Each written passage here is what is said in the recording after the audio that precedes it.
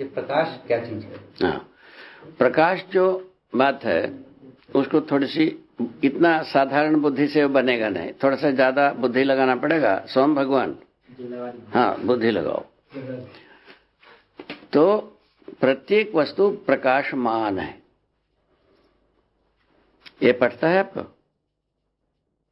हर वस्तु प्रकाशमान है।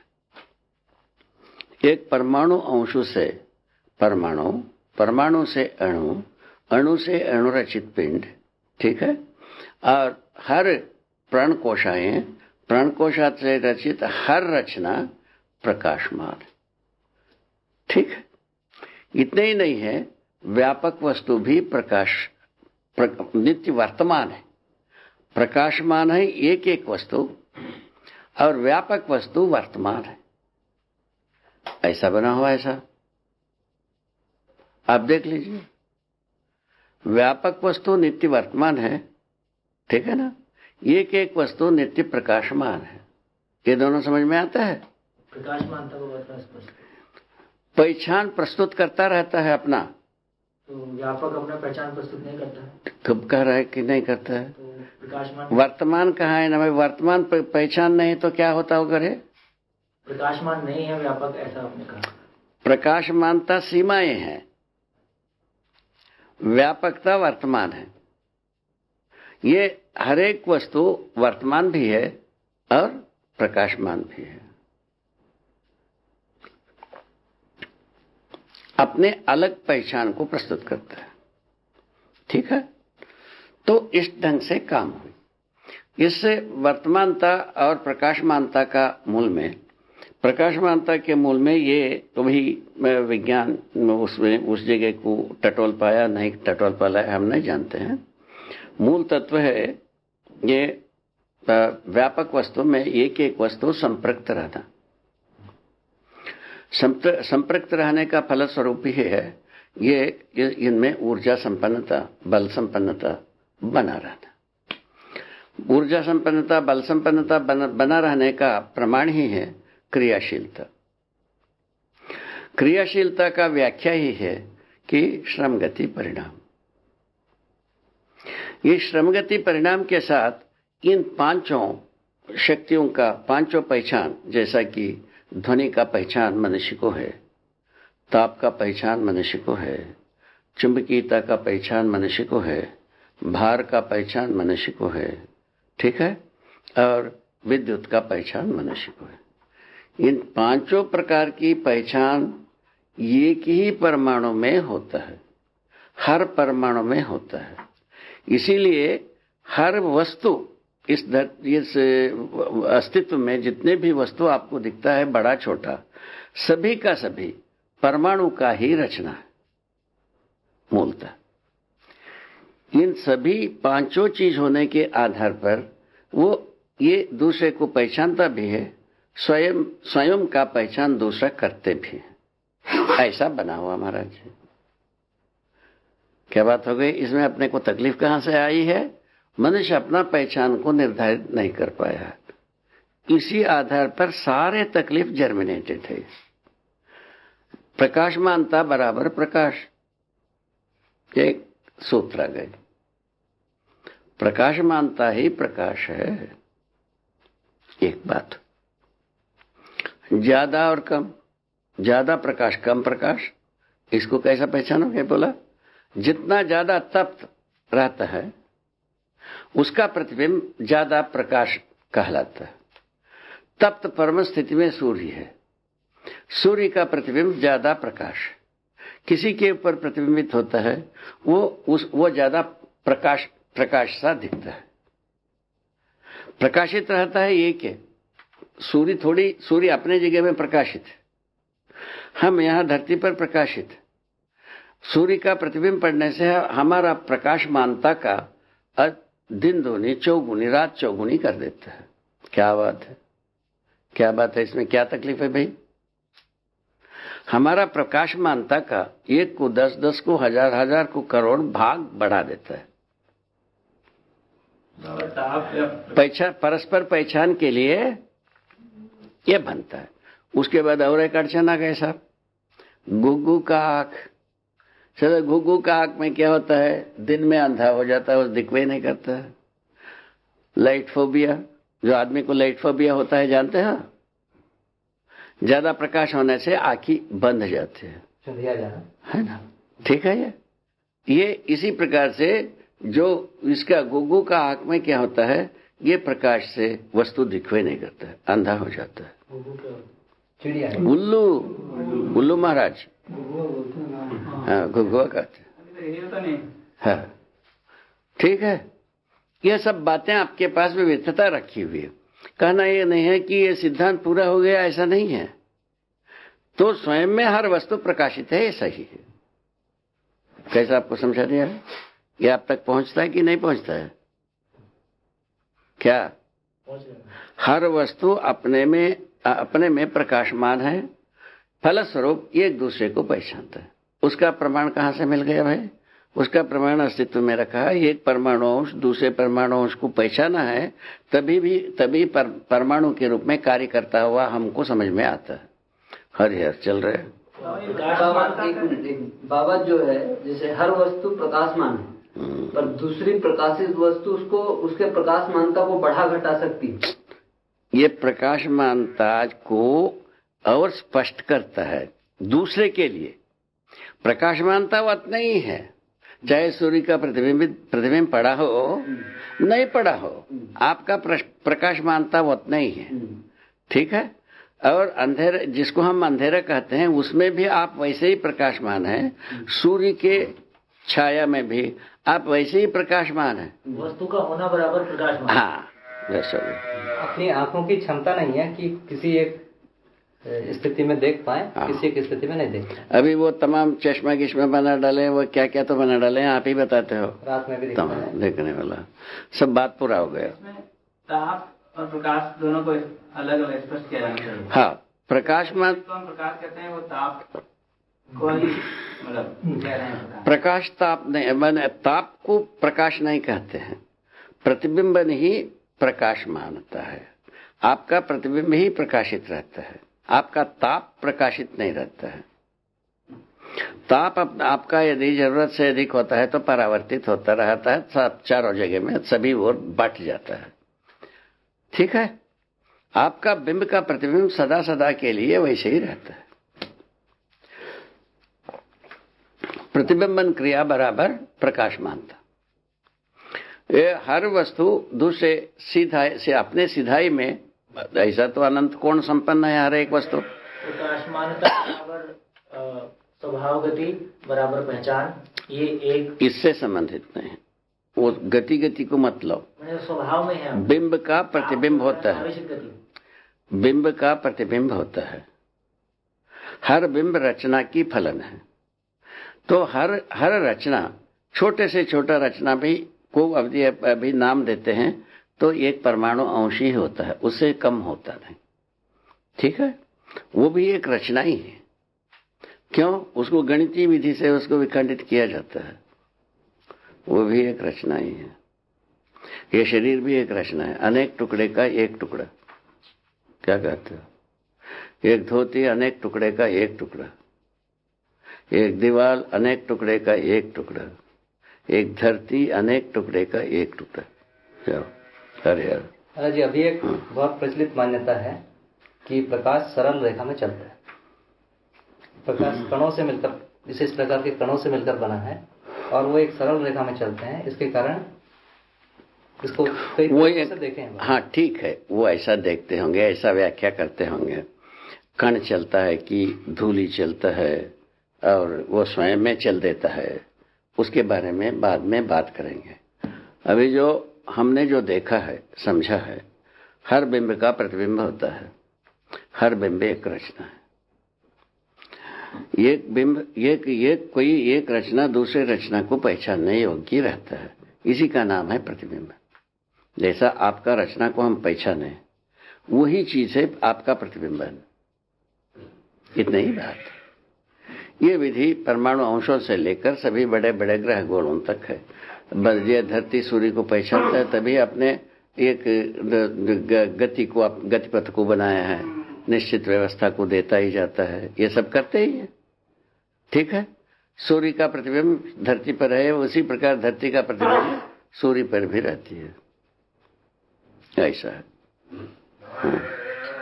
प्रतिबिंब कोई गति नहीं, कुछ प्रतिबिंब गति नहीं। यहीं से प्रकाशवाद जो हम प्रस्तुत किए हैं उसमें और असलियत में क्या दूरी है पता लगता है। उसके बारे में आगे आगे आगे चलेगा। महाराज एक बहुत प्रचलित प्रयोग है, प्रतिबिंब ही प्रकाश है। प्रकाश प्रतिबिंब जो है गति होती नहीं, नित्य स्थिति है। बिंब का प्रतिबिंब रहता ही है, प्रतिबिंब दौड़ना नहीं है। बिंब होता है तो उसका प्रतिबिंब उसके सीधा लाइन में बना ही है। और कितना पूछा, अनंत कोणों में बना हुआ है। कितने कोणों में बना है पूछा, अनंत कोणों में बना है। प्रत्येक एक अपना अनंत कोण संपन्न है, उसको हम कुछ नहीं कर सकते। इस विधि से प्रतिबिंब सभी ओर रहता ही है। महाराज एक प्रयोग है, एक बल्ब के सामने 3 कार्डबोर्ड के टुकड़े रख देते हैं, तीनों के बीच में एक एक छेद रहता है। जब वो तीनों छेद एक सीध हो जाते हैं तो तीसरे कार्डबोर्ड के बाहर भी वो बल्ब का प्रकाश दिखता है। परंतु बीच वाले को यदि हम थोड़ा सा हटा देते हैं या किसी को भी हटा देते हैं जिससे वो सरल रेखा जो बन रही थी तीनों छेदों में वो हट जाती है, तो ऐसी स्थिति में फिर उसका प्रकाश वहां तक पहुंचता नहीं। ठीक है ना बाबा। इस आधार अभी अब इस आधार पर ये है लिखा है, जो कहीं भी जो सिधाई वही है जिसका प्रतिबिंब पढ़ सके।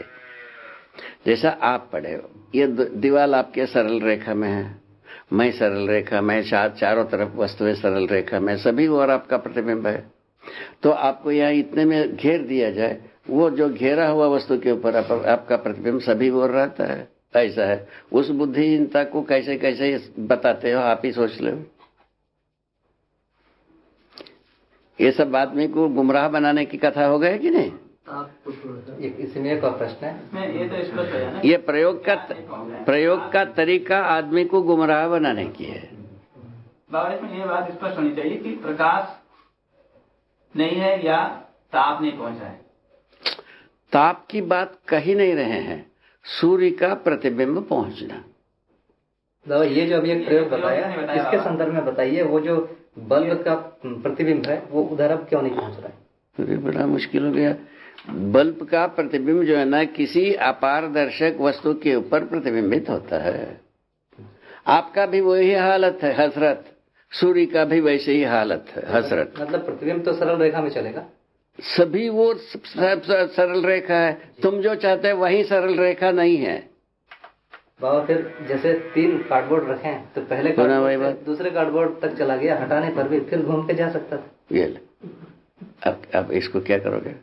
जो सभी ओर सीधा है ना हो, आपको क्यों नहीं समझ में आता है? बाबा देखिए, जैसे बल्ब है वहां से पहले छेदे तक आया, दूसरे छेदे को थोड़ा हटा दिया, उधर गया फिर सरल रेखा, फिर तीसरे छेदे में इस तरीके से आ गया, फिर पार हुआ। ऐसा क्यों नहीं होता? उसका मतलब भी नहीं होता है ना। अभी पहले वाला अपना आप तो सुनोगे है ही नहीं। कोई भी प्रतिबिंब कोई भी अपारदर्शक वस्तु के ऊपर पड़ता है, प्रतिबिंबित होता है। बस इतने बाबा जी उसमें ऐसा है, उसका अनुबिंब बनता है कि नहीं? उसका अनुबिंब बनता है या नहीं? बनता है ना। वो बनने की विधि को अध्ययन करने के और आगे पढ़ना पड़ता है। उसको पकड़ने के लिए क्या करना पड़ेगा? पहले यही वाले में एक प्रश्न है। अभी आप जो बोल रहे हैं कि जो प्रतिबिंबन ससम्मुख होता है, आप सभी ओर ससम्मुख है ना हो? इधर भी हूँ इधर भी सभी ओर हैं। अब लेकिन मेरा जो चेहरा है वो इधर ससम्मुख नहीं है। वो आप अपने में संपूर्ण हैं, आप सभी ओर ससम्मुख हैं। जी बाबा, बस हो गया। अब देखिए ना, आप जिस वो पीछे आपका ये तो यहाँ नहीं दिखता है ना। अरे लड़के काई को वैसा जा करके फदियत मोलते हो रे। अच्छा जी, एक और प्रश्न है। एक मिनट बाबा, इसमें मैं ये भी जानना चाहता हूँ, अपारदर्शिता जो कह रहे हैं है ना, अभी जो है अनुबिंब प्रत्यनुबिंब की बात कर सकते हैं, वो जनीन है। बाबा उसके पहले एक प्रश्न पूछ लेंगे, वहाँ ठीक हो जाएगा। जैसे बाबा यहाँ पर एक प्रकाश का स्रोत रखते हैं, वो दरवाजे के बाहर जाता है, तो दरवाजा जितना चौड़ा है वो प्रकाशित जो भाग उससे थोड़ा ज्यादा चौड़ा होता है, ऐसा नापे हैं। तो ऐसा मानते हैं कि ये जो प्रकाश है किनारे से थोड़ा सा मुड़ गया बाहर की तरफ।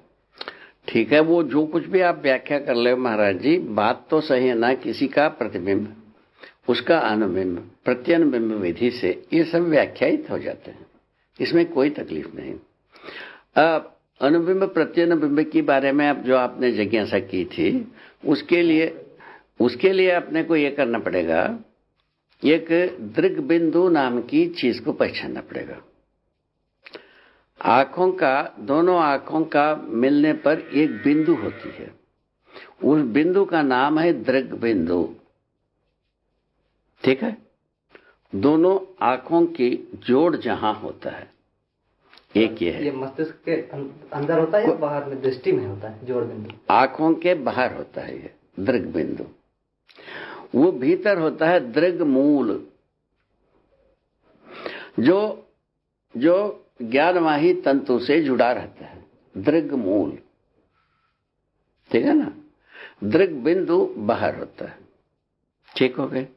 दृग बिंदु कहां टिकता है पूछे? किसी न किसी बिंब के ऊपर जाके टिकता है। अभी ये लाइट के सामने कोई चीज, आप गेंद रखा, आपको लाइट देखने जाओगे तो वो गेंद के ऊपर आपका दृष्टि रुकती है।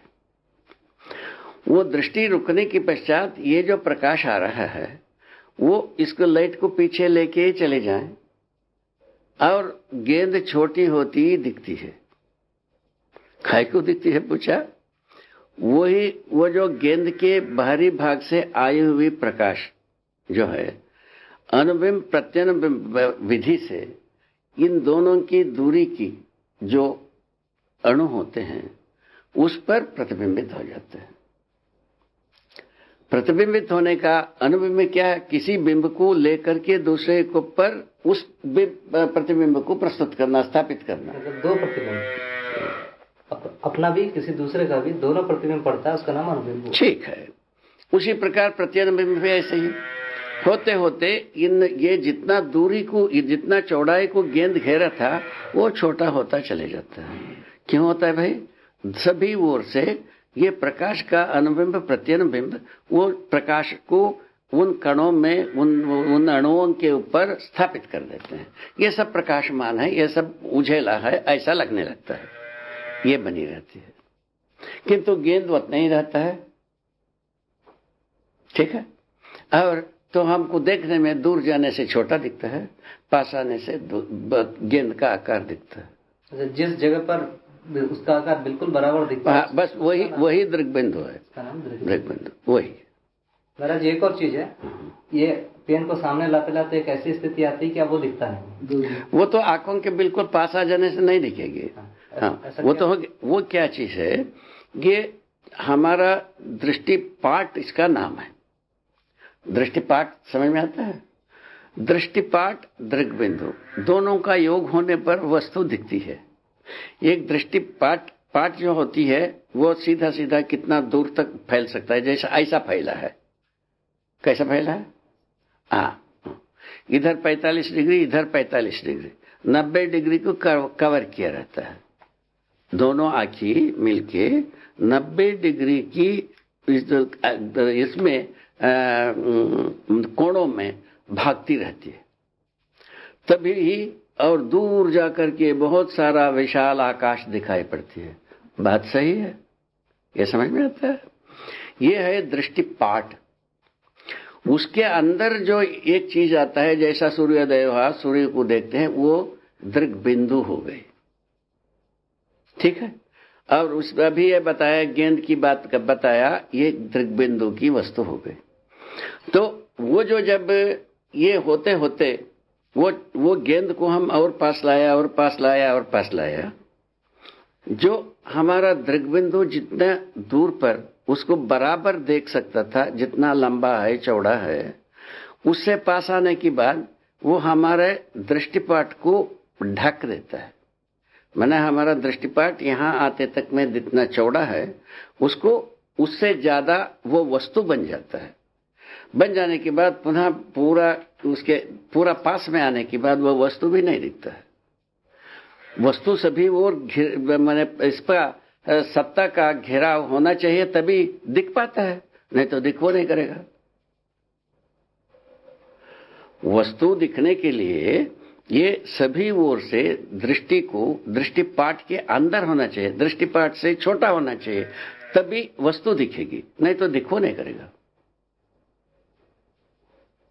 छोटा होने से, दृष्टिपाट से बड़ा होने की बात, सोचने की बात, बड़ा होने की कोई चीज है तो विशालता ही है।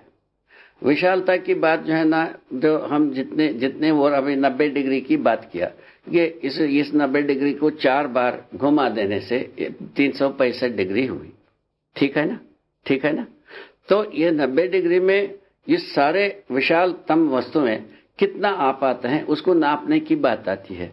जब हमारा दृष्टिपाट में आने वाले जो पूरा दूरी को यहां से करोड़ मील दूर के बाद कुछ नापने जाओगे तो कितना होगा, आप ही सोच लो। अरब मील के बाद जो होता है उसको सोच के देख लो क्या होता है, आप सोचना। ऐसा बात दृष्टिपाट हमारा फैलती चले जाती है, दृग बिंदु छोटी होती चली जाती है। यदि हमारा दृग बिंदु के अंदर जो वस्तु आता है वो दूर जाते जाते छोटा होता है, जबकि दृष्टिपाट चौड़ा होता जाता है। और पास में आने से हमारे दोनों आंखों के बीच की दूरी से यदि जो चीज बड़ी हो जाती है वो दिखते ही नहीं। दूसरा, इन दोनों आंखों की मिलन बिंदु की पहले जो कि कोई निश्चित दूरी है वहीं तक वस्तु दिखती है, उसके बाद दिखता ही नहीं। ये भी बनी हुई है। इस ढंग से दृष्टि और प्रकाशमानता, प्रकाश की बात बनती है। ठीक है, हमारा दृष्टि में प्रतिबिंब आना ही हमारा क्या मतलब हुआ, देखने का मतलब हुआ। कोई भी प्रतिबिंब हमारे आंखों में आने से, यदि नहीं आने से देखना नहीं हुआ। नहीं दिखता है उसका दो स्थली हो गई, इतना दूर हो गए वो चीजें नहीं दिखा, या इतना पास हो गई तभी भी नहीं दिखा, वस्तु तो रहता ही है। आंखों में से देखने के लिए बहुत सारे ये कंपोनेंट्स है। आंखों से निश्चित दूरी पर भी होना है, निश्चित दूरी तक ही होना है, इसके बाद में भी नहीं दिखेगा, इसके पहले भी नहीं दिखेगा। ऐसा सिद्धांत बनता है महाराज। हरिहर आगे चलो। आंखों से देखने का मतलब जो है उसमें दोनों चीजों की आवश्यकता है, एक तो प्रकाशमानता की और दूसरा ताप की। प्रकाशमानता, आकार, आयतन, दो चीज, और ताप की। आंख से जब हम देख रहे हैं तो उसमें तो एक प्रकाशमानता की बात है और दूसरा ताप की बात है। आंख में ताप का लेन देन नहीं है। प्रकाशमान ताप जो है ना सभी ओर समान भागता रहता है। कई के लिए भागता रहता है, ताप जो है ना सामान्य होने के लिए दौड़ता है। प्रतिबिंब को कहीं सामान्य नहीं होना है। इन दोनों का अंतर को रखिए।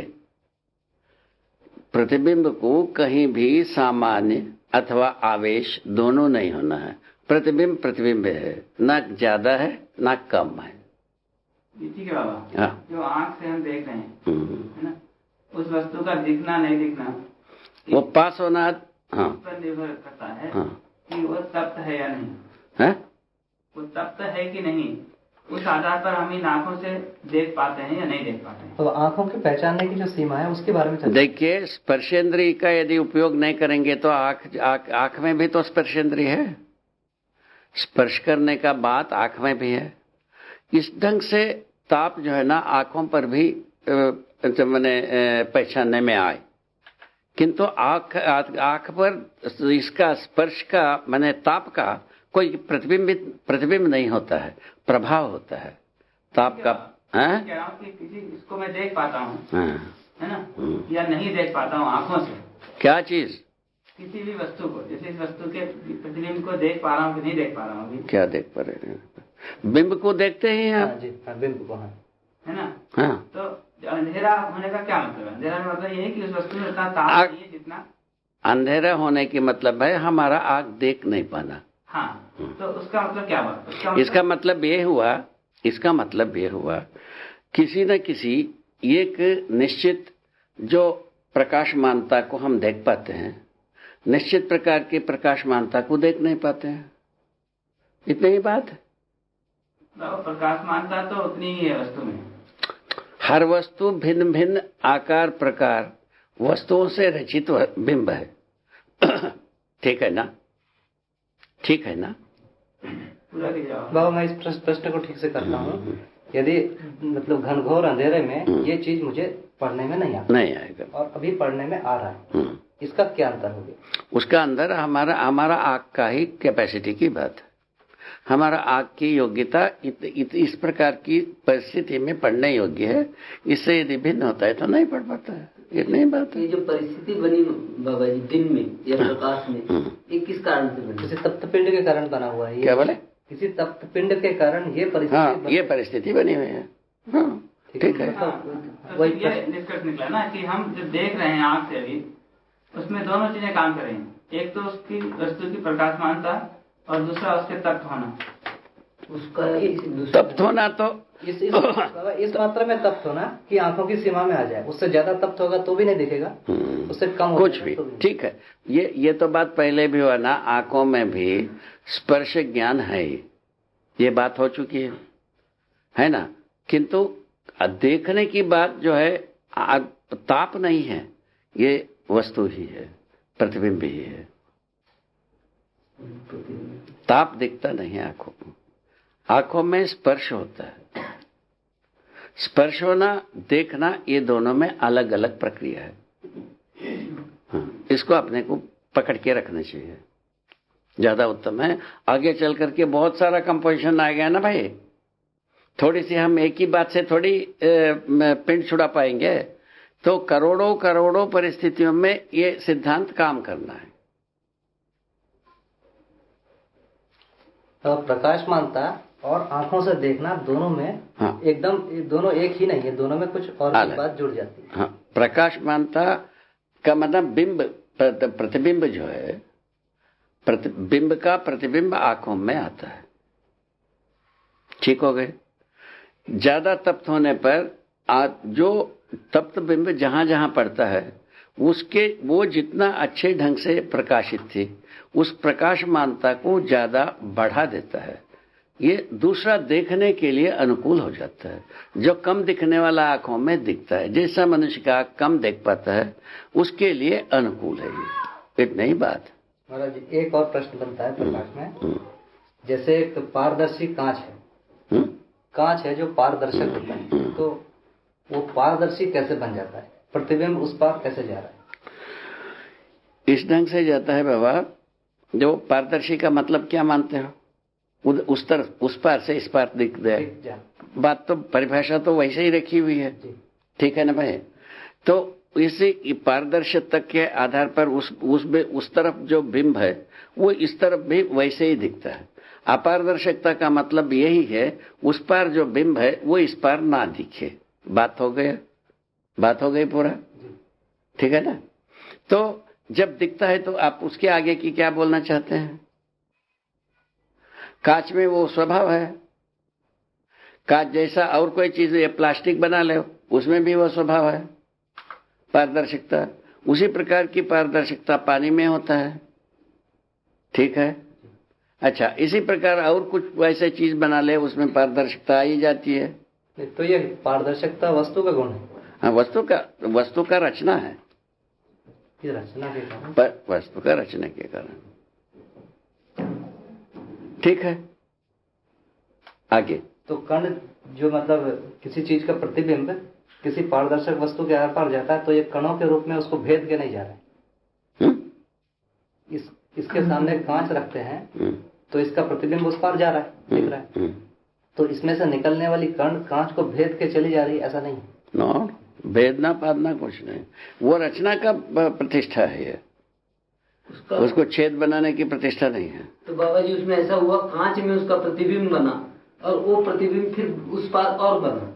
हाँ, वो जो प्रतिबिंब कहाँ बना रहता है, वो जो कांच के इस पार आ गया प्रतिबिंब, इसी का नाम है कांच पे प्रतिबिंब बना ही नहीं। वो अपारदर्शिकता के ऊपर ही प्रतिबिंब बनता है। पहले कहा है, उसको छोड़ करके अपन केवल घूम जाते हैं रे। कोई चीज को संबद्ध करके ही अपन कहीं गम्य स्थली तक जा पाएंगे। तो महाराज जी, जो ऐसा मानते हैं आजकल की प्रकाश कण होता है, या कभी कभी ऐसा भी मानते हैं कि तरंग होता है। हाँ, इस पर तो वो बहुत ही भ्रम है। ये प्रकाश तरंग नहीं होता है। तरंग के लिए वस्तु को होना आवश्यक है, अवस्तु कोई तरंग होता नहीं। इतनी ही बात है। चलो आगे आगे चलो। इसके ऊपर जितने भी शोध करना बाद में कर लेना भाई। ये अब ताप के बारे में प्रश्न था। हाँ। जैसे सूर्य से यहाँ तक ऊष्मा आती है, बीच में कोई कण नहीं है, काफी जगह स्पेस में केवल ये है, और इसके बाद एक कण से दूसरे कण के बीच में जब ऊष्मा का संचार होता है तो उसके बीच में भी सत्ता है, कोई कण नहीं। ठीक है। धरती में तो एक कण से दूसरे कण तक जो ऊष्मा आती है उसका विधि क्या है? विधि यह है बेटा, जो स्पेस जिसको कहते हैं, हम कहते हैं सत्ता। सत्ता में कोई चीज अपने रूप में ही रहता है, चाहे ऊष्मा हो, ठंडी हो, गर्मी हो, वस्तु हो, अवस्तु हो, जो कुछ भी हो, जो स्थिति हो, गति हो, उसी के स्वरूप में रहता है। सत्ता उसको ना रोकता है, ना टोकता है, ना कम करता है, ना बढ़ाता है। इसको पहले, इस सिद्धांत को पहले लिखो। ठीक हो गए? तब क्या मिलता है? यह सूर्य बिंब की चारों तरफ जो वातावरण है, उस वातावरण के अंतिम छोर में जो कुछ भी, जो जितने भी तापमान थी, वो ही तापमान इस धरती के अंतिम छोर के वस्तु में आता है। ठीक हो गए? वो उसके बाद आता है धरती के वातावरण में जो वस्तुएं हैं वो बट लेते हैं ताप को। तो ये बढ़ते कैसे है? मतलब बीच बढ़ते इस प्रकार से है, ऊपर जब वो उतनी तब आ गई ताप, उस ताप को जो है, ताप काय के लिए आता है? कम ताप जहाँ है वहां खत्म होने के लिए आता है। उसको याद रखो। क्या रखो? कम ताप जहाँ पर है वहां खत्म होने के लिए आता है। तो कम ताप के ओर ज्यादा ताप दौड़ता है। ठीक बात हो गई? तो ज्यादा ताप जब दौड़ा, ये कम तप्त था धरती की वो छोर, वो वहां वो ताप छूया।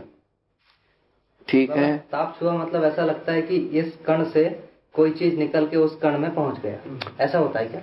वही तो बात सुनो। ये सूर्य के अंतिम छोर में जो कणों के पास जितना ताप था, जितने डिग्री की ताप था, वही डिग्री की ताप धरती की अंतिम छोर की कणों के साथ जुड़ा। ये जुड़ा कैसे? कुछ चीज आया वहां से चल के, कोई कण आया? परावर्तन जो है ना, परावर्तन नाम की चीज जानते हैं ना, जो कणों से कणों तक पहुंचने को तो परावर्तन कहते हैं। ठीक है? तो एक कण से दूसरे कण तक क्या कुछ चीज निकल के पहुंचता है, या कुछ वस्तु, मतलब भौतिक वस्तु का आदान प्रदान नहीं है? आदान प्रदान कुछ नहीं। फिर वो ताप जो दौड़ता है ना, यहाँ वस्तु है, यहाँ वस्तु, ये दोनों को यहाँ रखते हैं, दोनों में स्पेस है। इसको गर्म कर दे, वो गर्मी यहाँ भी है। क्यों हो जा रहा है गर्म? इसमें कोई खाने वाला नहीं है, इसीलिए। इसमें घटाने वाला बढ़ाने वाला नहीं है बीच में। तो गर्मी इसको किए हैं, वो कैसे हो जा रहा है? इसीलिए होता है, इसके ससमुखता है। पुनः वही रहो, इसके सामने ये है, इसलिए होता है। मतलब अपने आप? हाँ। जैसे आपको अभी बहुत ज्यादा प्रसन्नता होगी तो मैं प्रसन्न हो जाऊंगा, इसी टाइप का? नहीं है क्या?